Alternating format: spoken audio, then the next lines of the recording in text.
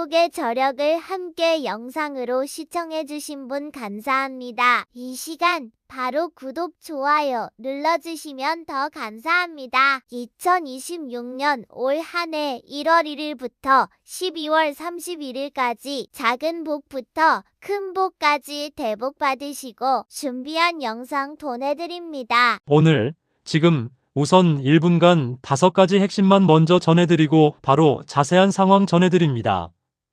첫째, 천궁 2호는 뚫린 게 아닙니다. 탄약이 바닥난 겁니다.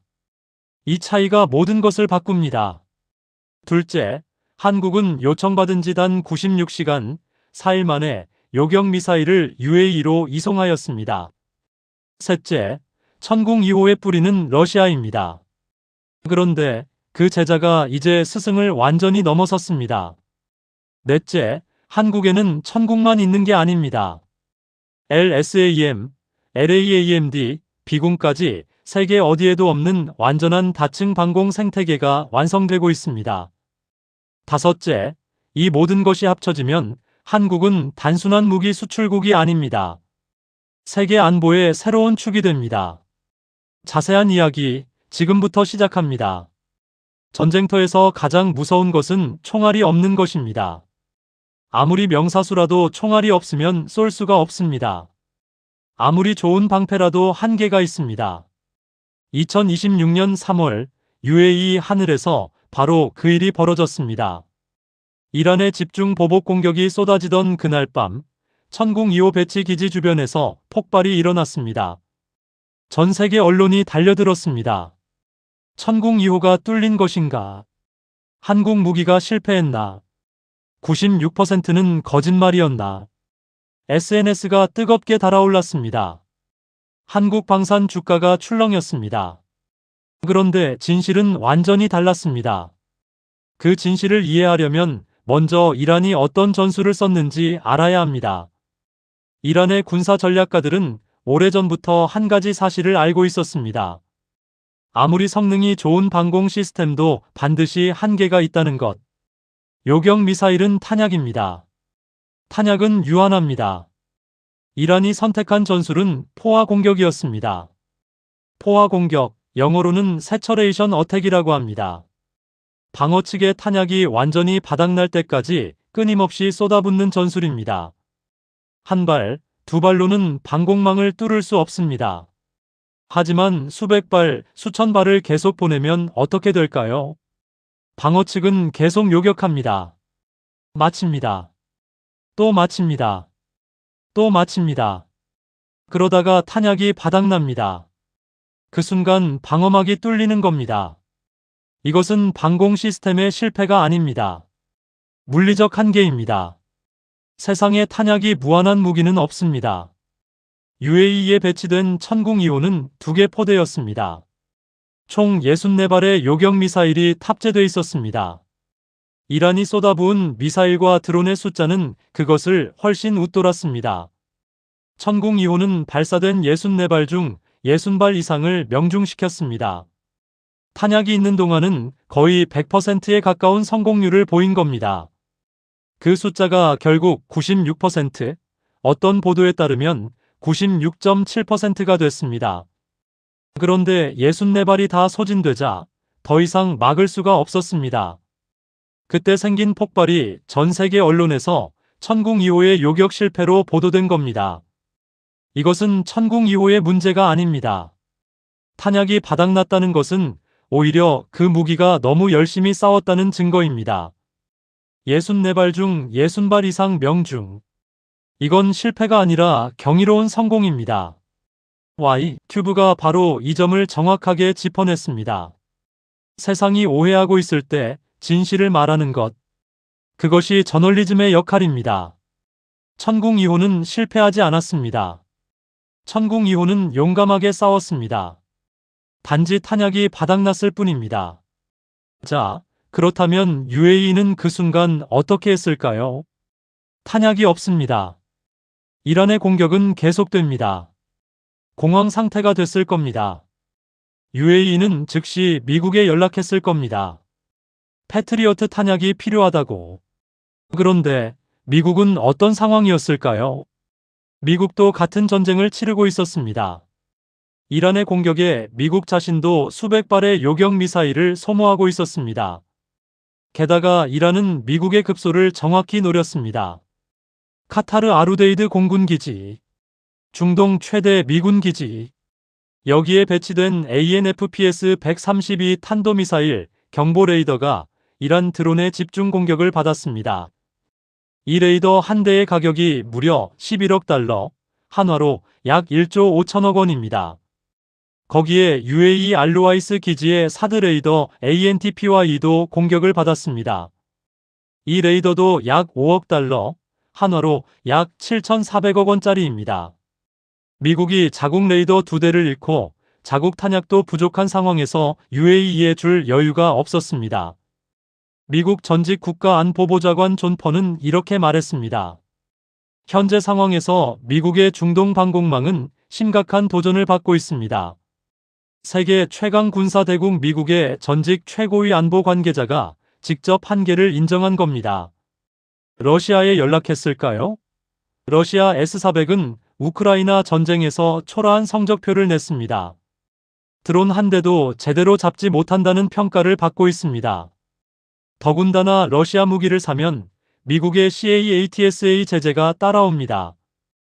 2019년 터키가 S-400을 도입했다가 F-35 사업에서 퇴출당한 것을 UAE는 기억하고 있습니다. 중국 HQ군 실전 검증 데이터가 전무합니다. 이스라엘 에로우는 중동 아랍 국가들이 정치적으로 선택할 수 없습니다. 이 모든 선택지를 검토하고 UAE가 내린 결론은 하나였습니다. 한국입니다. UAE는 한국에 긴급 연락을 했습니다. 천궁 2호 요격 미사일이 소진됐습니다. 즉시 지원해 주십시오. 이 긴급 요청을 받고 한국은 어떻게 했을까요? 여기서 보통의 국가라면 절차를 밟기 시작합니다. 외교부에서 검토합니다. 국방부에서 내부 결재를 올립니다. 방위사업청에서 수출 승인을 검토합니다. 예산이 있는지 확인합니다. 계약서를 작성합니다. 법제처의 검토가 필요할 수도 있습니다. 이 모든 절차를 정상적으로 밟으면 몇 달이 걸립니다.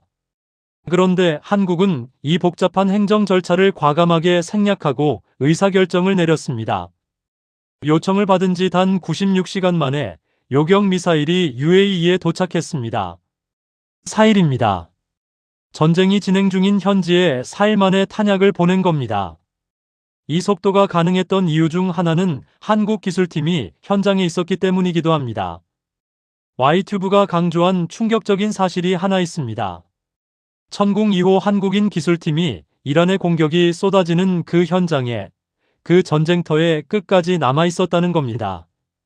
미사일이 날아오고 폭발이 일어나고 경보 사이렌이 울리는 그 자리에서 한국 엔지니어들이 천궁 2호를 운용하며 시스템을 지켰습니다. 도망가지 않았습니다. 끝까지 자리를 지켰습니다. UAE 국방부 관계자들이 그 장면을 보고 무슨 생각을 했겠습니까? 돈을 받고 무기를 팔았지만 위기의 순간에도 함께 있어준 파트너. 이것이 UAE가 한국의 진짜 친구가 누군지 알았습니다라고 말한 이유입니다. 미국 방산 기업의 기술자들이 전쟁터에서 그렇게 했을까요? 러시아 엔지니어들이 그렇게 했을까요? 한국 엔지니어들이 그렇게 했습니다. 그 헌신이 10조 원짜리 계약의 진짜 씨앗이었습니다. 자, 이제 이 이야기에서 가장 극적인 반전을 드릴 시간입니다. 천궁 2호의 뿌리가 어디에서 왔는지 아십니까? 충격적이게도 그 출발점은 러시아입니다. 때는 1990년대 초반으로 거슬러 올라갑니다. 1991년 소련이 붕괴했습니다. 70년간 지구 절반을 지배하던 초강대국이 하루아침에 무너졌습니다. 러시아는 경제적으로 극도로 어려운 상황이 됐습니다. 인플레이션이 수천 %까지 치솟았습니다. 공장이 문을 닫았습니다. 군인들의 월급조차 제때 지급되지 않았습니다. 이 혼란 속에서 한국과 러시아 사이에 흥미로운 협상이 시작됩니다. 당시 한국은 소련과의 수교 과정에서 러시아에 약 14억 7천만 달러, 지금 가치로 환산하면 어마어마한 금액의 경협 차관을 제공했습니다. 돈을 빌려준 겁니다. 그런데 러시아는 그 돈을 현금으로 갚을 능력이 없었습니다. 협상이 시작됐습니다. 러시아가 제안했습니다. 돈 대신 무기와 기술로 갚겠다고. 이것이 불곰 사업의 시작입니다. 불곰. 러시아의 상징인 곰처럼 강하고 거대한 무기 기술을 받아온다는 의미를 담은 이름입니다. 불곰 사업을 통해 한국이 받은 것들은 놀랍습니다. T-86 전차. 당시 러시아군의 최신의 전차였습니다. BMP-3 보병 전투 차량. 세계 최고 수준의 장갑차였습니다. 그리고 방공 미사일 기술. 구소련이 1960년대 후반부터 10조 원 이상을 투자해 개발한 S-300 계열의 방공 미사일 기술이 한국에 전해졌습니다. S-300. 당시 세계 최강의 방공 미사일 시스템이었습니다. NATO가 가장 두려워하던 무기였습니다. 미국의 패트리어트와 정면으로 경쟁하던 무기였습니다. 그 기술을 한국이 받은 겁니다. 당연히 러시아는 핵심 기술을 다 준 게 아니었습니다. 일부 기술만 이전했습니다. 하지만 한국 연구진은 그 부분적인 기술을 씨앗으로 삼았습니다. 국방과학연구소 ADD와 LIG넥스원의 연구원들이 밤을 새워가며 그 씨앗을 키웠습니다. 러시아가 준 것은 설계도였습니다. 그런데 한국은 그 설계도를 보면서 완전히 새로운 무기를 만들었습니다. 왜 가능했을까요? 반도체 때문입니다. 1990년대 러시아가 S-300을 만들 때 사용한 반도체와 소프트웨어 기술. 그 시절 러시아 전자기술은 서방보다 한 세대 뒤처져 있었습니다. 그런데 한국은 달랐습니다. 삼성이 세계 반도체 시장을 석권하고 있었습니다. LG가 첨단 디스플레이를 만들고 있었습니다. 그 첨단 전자기술이 방공 미사일에 심어졌습니다. 러시아의 아날로그 두뇌가 한국의 디지털 두뇌로 교체된 겁니다. 레이더 신호 처리 반도체, 미사일 비행 제어 소프트웨어, 전투관리 AI 알고리즘. 이 모든 것에 한국의 최첨단 기술이 들어갔습니다. 그렇게 탄생한 것이 천궁 1호이었고 그것을 다시 한 단계 뛰어넘은 것이 천궁 2호입니다. 중앙일보는 이렇게 보도했습니다. 한국 술잔에 불곰도 뻗었다. 러시아 비밀 도시에서 캐온 천궁 기술. 아시아경제는 이렇게 썼습니다. 이란 미사일 막아낸 천궁의 역사. 그리고 이제 우리는 역사의 가장 아이러니한 장면 앞에 서 있습니다. 2026년 이란 전쟁에서 이란이 쏜 미사일. 그 미사일들은 어디서 왔을까요? 상당수는 러시아 기술에서 비롯된 것들입니다. 그리고 그 미사일들을 막은 것이 천궁 2호입니다. 러시아 기술에서 출발했지만 한국이 완전히 뛰어넘은 천궁 2호가 러시아 기술로 만들어진 이란 미사일을 요격한 겁니다. 제자가 스승을 능가하고 스승의 칼을 스승의 창으로 막아낸 역설. 이것이 천궁 2호의 이야기입니다. 자, 이제 Y튜브가 가장 강조하는 핵심 개념으로 넘어가겠습니다. 한국 방산의 진짜 경쟁력은 천궁 2호 하나가 아닙니다. 다층 방공 생태계입니다. 이 개념이 왜 중요한지 설명드리겠습니다. 현대 전쟁에서 공중 위협은 하나의 층에서만 오지 않습니다. 우주에서 내려오는 극초고도 탄도미사일이 있습니다. 대륙 간탄 도미사일 같은 겁니다. 고도 수백 킬로미터에서 날아옵니다. 고고도에서 날아오는 중거리 탄도미사일이 있습니다. 고도 40km에서 100km 사이입니다. 중고도 순항미사일이 있습니다. 고도 15km에서 20km 사이를 날아옵니다. 저고도 드론이 있습니다. 아주 낮게 레이더를 피해 날아옵니다. 이 네 가지를 동시에 막으려면 네 가지 무기가 필요합니다. 극초고도는 미국의 THAAD 같은 시스템이 막습니다. 고고도는 패트리어트 PAC-3 같은 시스템이 막습니다. 중고도는 천궁 2호가 막습니다. 저고도는 단거리 방공 시스템이 막습니다. 이것이 다층 방어의 개념입니다. 미국의 경우를 보겠습니다. THAAD는 레이시온이 만듭니다. 패트리어트는 록히드 마틴이 만듭니다. 단거리 시스템은 또 다른 회사가 만듭니다. 세 회사의 세 가지 시스템을 사서 하나로 엮어야 합니다. 운용 소프트웨어가 다 다릅니다. 통신 프로토콜이 다릅니다. 지휘 시스템이 다릅니다. 이것들을 하나의 지휘 체계로 통합하려면 엄청난 추가 비용과 시간이 필요합니다. 그리고 완전한 통합이 잘 안 됩니다. 각 시스템이 각자 최적화되어 있기 때문에 전체가 하나로 움직이는 게 어렵습니다. 이것이 미국 방공 시스템의 가장 큰 약점입니다. 그런데 한국은 다릅니다. 한국의 다층 방공 시스템은 처음부터 하나의 체계로 설계됐습니다. 맨 위층, 극초고도에는 LSAM이 있습니다. 중간층, 중고도에는 천궁 2호와 천궁 3호가 있습니다. 아래층, 저고도에는 LAAMD와 천마가 있습니다. 그리고 가장 가까이 드론과 소형 표적에는 비궁이 있습니다. 이 네 층이 하나의 통합 전투관리 시스템으로 연결됩니다. 지휘관은 하나의 화면에서 모든 층의 방어를 동시에 통제합니다. 극초고도에서 탄도미사일이 내려오면 LSAM이 먼저 요격을 시도합니다. LSAM이 놓치면 천궁 2호가 중고도에서 두 번째로 막습니다. 천궁 2호도 통과하면 LAAMD가 마지막으로 막습니다. 세 겹의 방어막입니다. 동시에 저고도로 드론대가 몰려오면 비궁이 잡습니다. 이 모든 것이 하나의 통합 시스템 안에서 실시간으로 조율됩니다. 이것이 세계 어디에도 없는 한국 방공의 진짜 경쟁력입니다. UAE와 사우디가 이것을 알아챈 겁니다. 여러 나라 무기를 따로따로 사서 복잡하게 엮는 것보다 한국에서 통합 패키지로 한 번에 사는 게 훨씬 낫다는 것을 이제 각 시스템을 하나씩 자세히 살펴보겠습니다. 먼저 LSAM입니다. LSAM, 장거리 지대공 유도무기. 한국형 THAAD라고 불립니다. 하지만 THAAD보다 나은 점이 있습니다.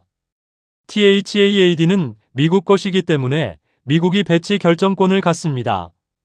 실제로 2017년 한국의 THAAD가 배치될 때 중국이 강하게 반발해 한한령이 시행됐고 한국 경제가 수십조 원의 피해를 입었습니다. THAAD 한 번 배치 결정하는데 한국 경제가 망가졌습니다. LSAM은 다릅니다. 한국이 만들고 한국이 결정합니다. 중국이 뭐라 해도 한국이 자국 방어를 위해 자국 무기를 배치하는 것에 다른 나라가 개입할 여지가 없습니다. 주권 방어입니다. LSAM의 성능을 보겠습니다. 요격 가능 고도 최대 100km, 탄도미사일, 순항미사일, 드론 모두 대응 가능. 핵심 부품 대부분이 국산화됐습니다. 국산화율이 대형 무기 체계 중 최고 수준입니다. 2026년 양산이 시작됐습니다. 2027년에서 2028년 실전 배치 예정입니다. 그런데 놀라운 것은 아직 배치도 되기 전에 중동 국가들이 높은 관심을 보이고 있다는 겁니다. UAE와 사우디는 이미 천궁 2호의 성능을 실전에서 확인했습니다. 그들의 논리는 간단합니다. 천궁 2호가 그 정도라면 그것보다 위층을 담당하는 LSAM은 얼마나 대단하겠냐는 겁니다. LSAM 수주 상담이 이미 시작됐습니다. 심지어 한국은 LSAM의 후속작 LSAM2 개발도 착수했습니다. 활공 단계 요격이라는 새로운 기술을 추가하는 겁니다. 극초음속 미사일이 지구 대기권 안에서 활공하며 날아올 때 이것을 요격하는 기술입니다. 극초음속 미사일은 마하 5 이상, 즉 초속 1.7km 이상으로 날아옵니다. 이것을 잡을 수 있는 나라가 세계에 몇 개나 될까요? 미국, 러시아, 중국 정도입니다. 한국이 그 대열에 합류하려 하고 있습니다. 이제 비궁 이야기를 드릴 차례입니다. 비궁. 이름도 생소하신 분들이 많으실 겁니다. LIGNX1이 국방과학연구소 주도하에 2016년 개발을 완료한 2.75인치 유도로켓입니다. 크기를 상상해 보십시오. 직경 약 7cm, 길이 2m 미만, 무게 14kg. 이 작은 무기가 지금 세계 방산 시장에서 주목받고 있습니다. 이유는 두 가지입니다. 드론이고 가격입니다. 현대 전쟁의 새로운 공포는 드론대 공격입니다. 싼 상업용 드론 수백 대에 폭발물을 달아서 한꺼번에 날려보내는 공격. 이것을 막으려면 어떻게 해야 할까요? 천궁 2호로 막으면 됩니다. 그런데 천궁 2호 요격 미사일 한 발이 15억 원입니다.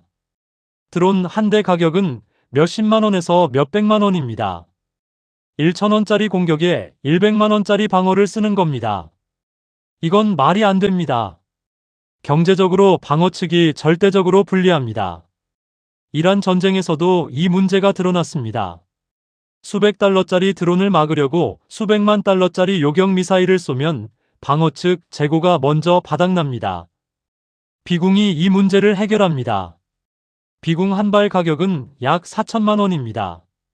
미국 헬파이어 미사일 한 발은 약 2억 원입니다. 5배 차이입니다. 그런데 성능은 어떨까요? 2019년부터 2024년까지 5년간 진행된 모든 실사격 테스트에서 100% 명중률입니다.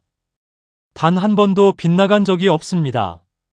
2024년 최종 양산전 실사격 검증, 즉 FCT에서 6발 연속 전발 명중을 기록했습니다. 100%라는 숫자는 방산 역사에서 극히 드뭅니다. 비궁의 기술을 자세히 보겠습니다. 파이어 언드 퍼겟 방식입니다. 쏘고 잊어버리면 됩니다. 발사 후 운용자가 더 이상 신경 쓸 필요가 없습니다. 미사일이 스스로 찾아갑니다.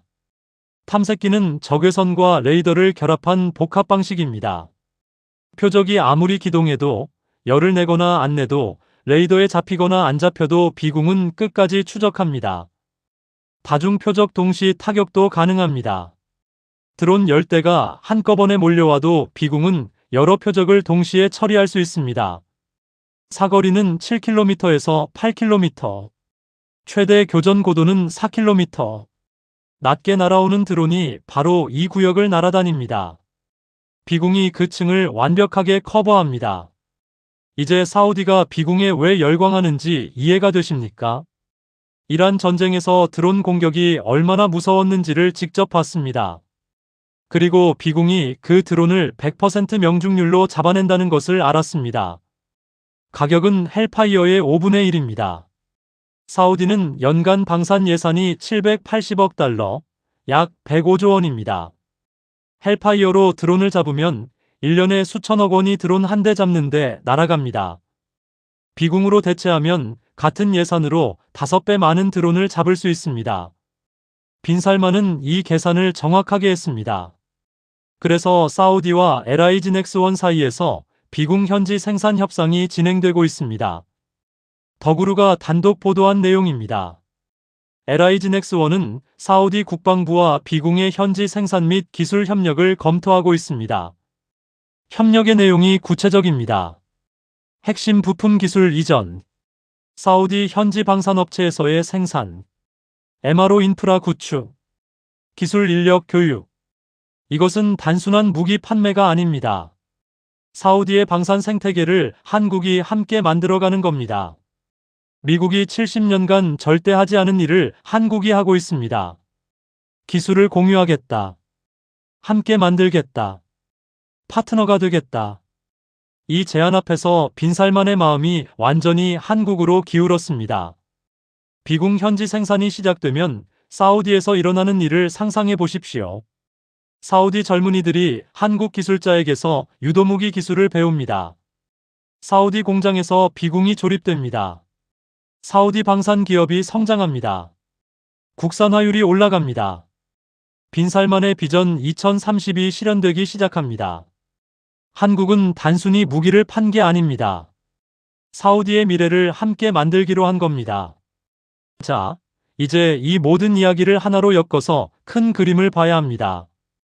Y튜브가 최종적으로 전달하려는 메시지가 있습니다. 한국은 이제 단순한 무기 수출국이 아닙니다. 한국은 전략적 안보의 새로운 축이 되고 있습니다. 이게 무슨 뜻인지 설명드리겠습니다. 냉전 시대의 세계 안보는 미국과 소련 두 축을 중심으로 돌아갔습니다. 미국 편에 서면 미국 무기를 샀습니다. 소련 편에 서면 소련 무기를 샀습니다.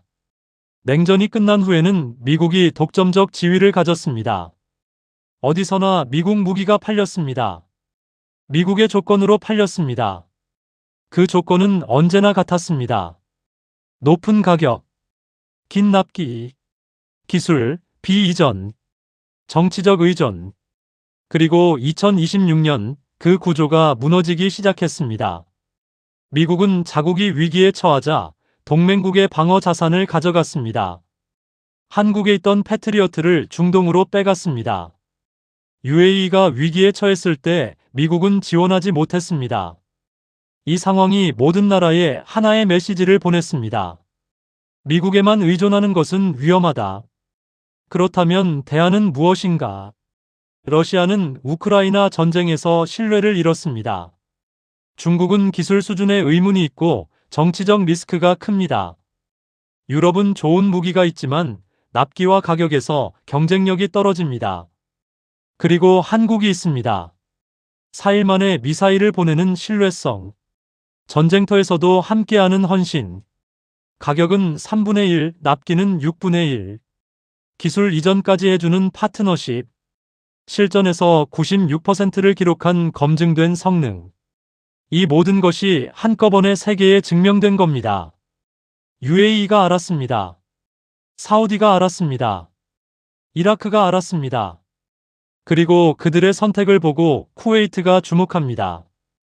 카타르가 관심을 보입니다. 오만이 검토를 시작합니다. 유럽의 폴란드가 이미 고객입니다. 루마니아가 들여다보고 있습니다. 동남아에서는 필리핀, 말레이시아, 인도네시아가 줄을 서고 있습니다. 세계 안보에 새로운 축이 생기고 있습니다.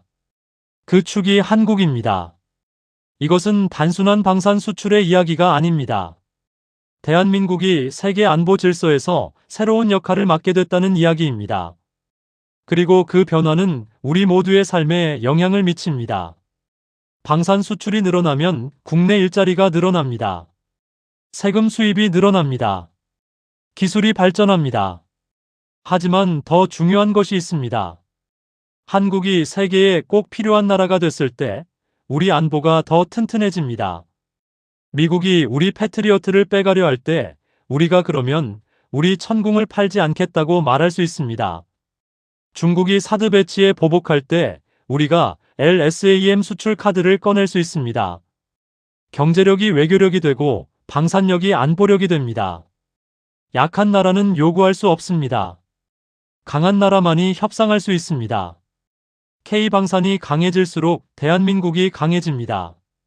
자, 이제 앞으로를 내다보겠습니다.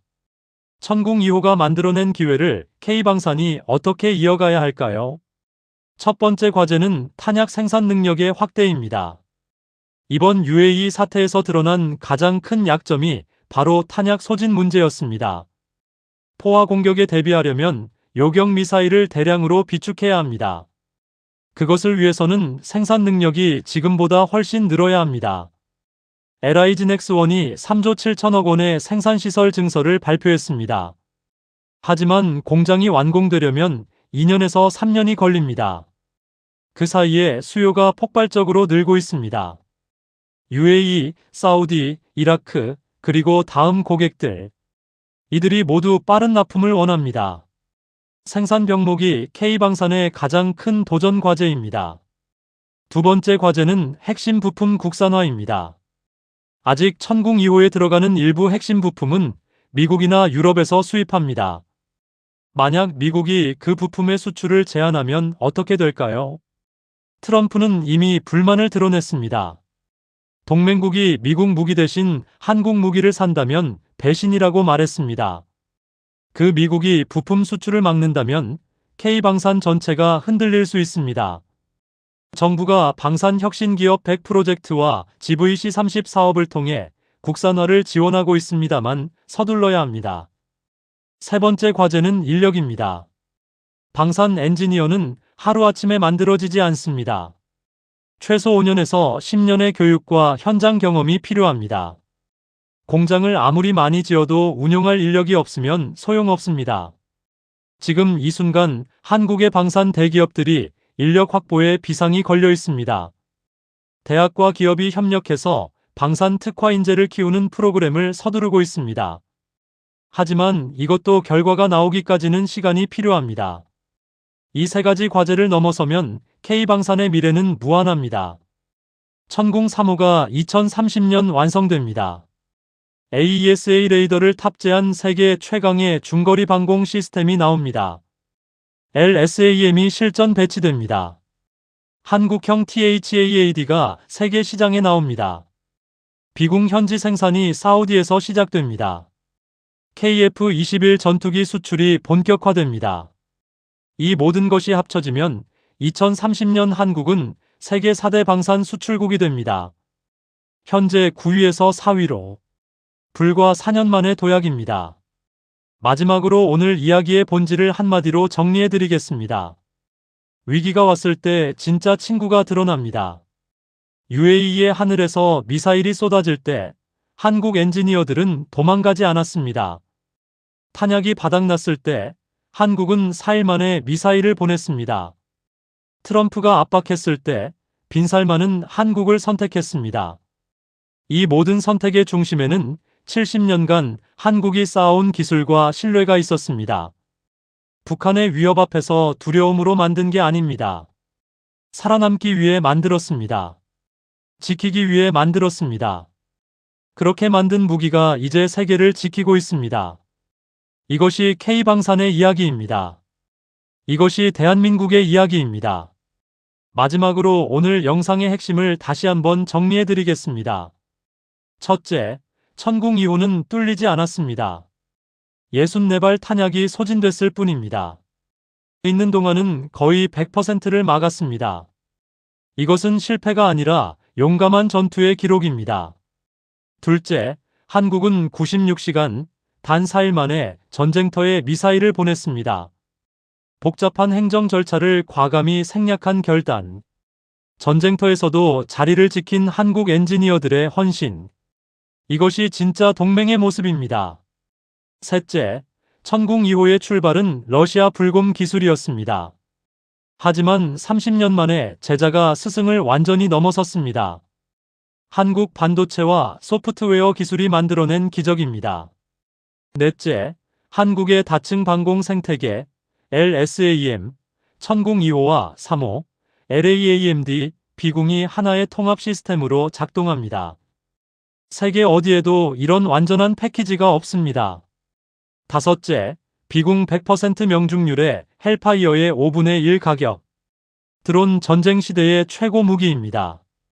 사우디에서 현지 생산을 시작하면 K방산이 사우디 방산 생태계 자체가 됩니다. 오늘 영상이 도움이 되셨다면 지금 바로 좋아요 버튼 한 번만 눌러주세요. 구독과 알림 설정도 꼭 부탁드립니다. 댓글로 여러분의 생각을 남겨주세요. 천궁 2호는 뚫린 것인가 아닌가? 여러분은 어떻게 생각하십니까? 다음 영상에서는 한국의 다층 방공 생태계가 완성되는 2030년 세계 방공 시장의 지형도가 어떻게 바뀔지를 심층 분석해드리겠습니다. 고맙고 감사합니다.